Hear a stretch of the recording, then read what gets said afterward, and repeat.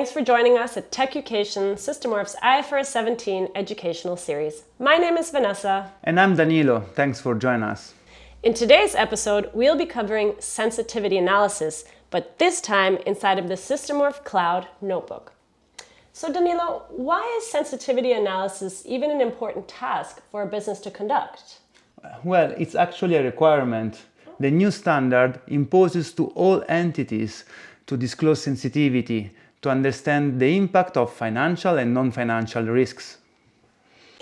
I suppose, yes, looking at these risks could really give businesses quite some interesting insights, but at the same time, I guess there are risks that you couldn't even imagine and probably makes this process rather complicated and probably even very time-consuming, wouldn't you say? Yeah, but that's the past. Thanks to Systemorph solution that crack the problem, we can conduct a scenario analysis in a cloud notebook. Shall we? I would love to see this. This is the notebook I prepared to start analyzing sensitivities. The first step is database initialization with basic dimension and close import data based on the simplified model. This is accomplished with this line that we can execute. We also import the expected model cash flow. The calculation of result is performed automatically with the Systemorph IFRS17 solution. It is sufficient to run this cell with the correct cash flow file name. The process continues with the import of the two scenarios I decided to study for life business, that is, increase and decrease of mortality rates. And we are ready to inspect the results and start the analysis. Danilo, I don't want to interrupt your flow, but that was extremely quick. I suppose you saw what I saw. He pressed 3 run buttons. Didn't you need to configure anything? No, that's the advantage of the Systemorph calculation engine. The system automatically understands from the header that is a scenario data, it creates a new partition in the database and runs the calculation without data duplication or in a manual operation. I don't know about you, but I love when something makes my job more efficient, and seeing what we've just seen, that's efficiency. Shall we look at the analysis now? Yeah, we can report the calculated data just like this.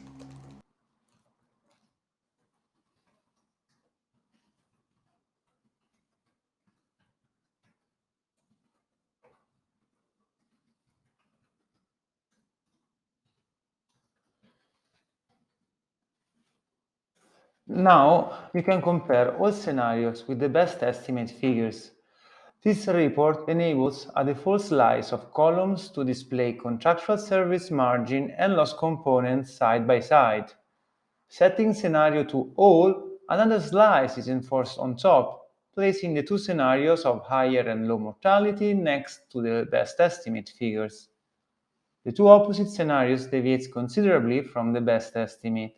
As expected, the favorable scenario of lower mortality yields a larger CSM with a positive contribution detectable at the assumption update step. As a result, the combined closing balance is significantly higher than the best estimate. On the other hand, the adverse case of higher mortality causes a switch from CSM to loss component. Do you wonder how? The assumption update step brings a large negative contribution. Then, the next step, experience variance, is invariant and is always equal to minus 918. This is sufficient to reduce the CSM to 0, and the rest is allocated as loss component. This analysis reveals that the closing balance turns loss-making if the mortality is increased by 10 percentage points. So I see from the sensitivity analysis that we are performing that it's really an ideal way to understand how the current closing would look if we were perturbing the input data and the assumptions. Yes, exactly. And this allows us to understand how sensitive we are to financial and non-financial risk. But let me show you how to highlight this difference using the delta view. Great. Here, we consider the financial performance of this test case. And this is how to enable the delta view.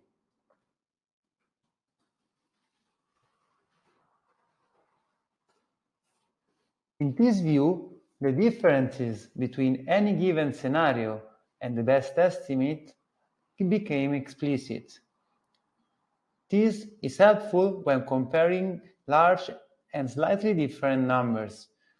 In our test results, the financial performance report summarizes profit and losses. Moreover, we can see that the losses or margin for mortality up or down respectively arise only from service result and not from financial sources. This is consistent since variation in mortality are example of non-financial risks. How to read this report is the topic of another video. Click the link in the description below. So the Systemorph calculation engine seems to take all the complexity away and allow us to focus strictly on business analysis. You're right. When we were looking at the notebooks, Danilo, you mentioned cash flow files and switches in the allocation. Where can I and the viewers learn more about that? For that, I will recommend to watch the videos we have already published. We have a whole series about cash flow and present value, and a full episode just about how to allocate future margin between CSM and loss component. And all these episodes that Danilo is highlighting, we've linked them in the description box below.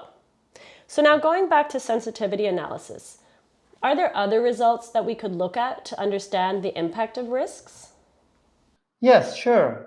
Remember that sensitivities are as-if calculation. The imported scenario data are the expected cash flow for the case of lower and higher mortality. In this case, the changes in financial performance are mainly driven by the present value, which can be expected as well. Since the mortality rate is an actuarial assumption, the change due to its variation is incorporated into the assumption update AUC step. To sharpen the analysis, we can also enable the column slice by amount type.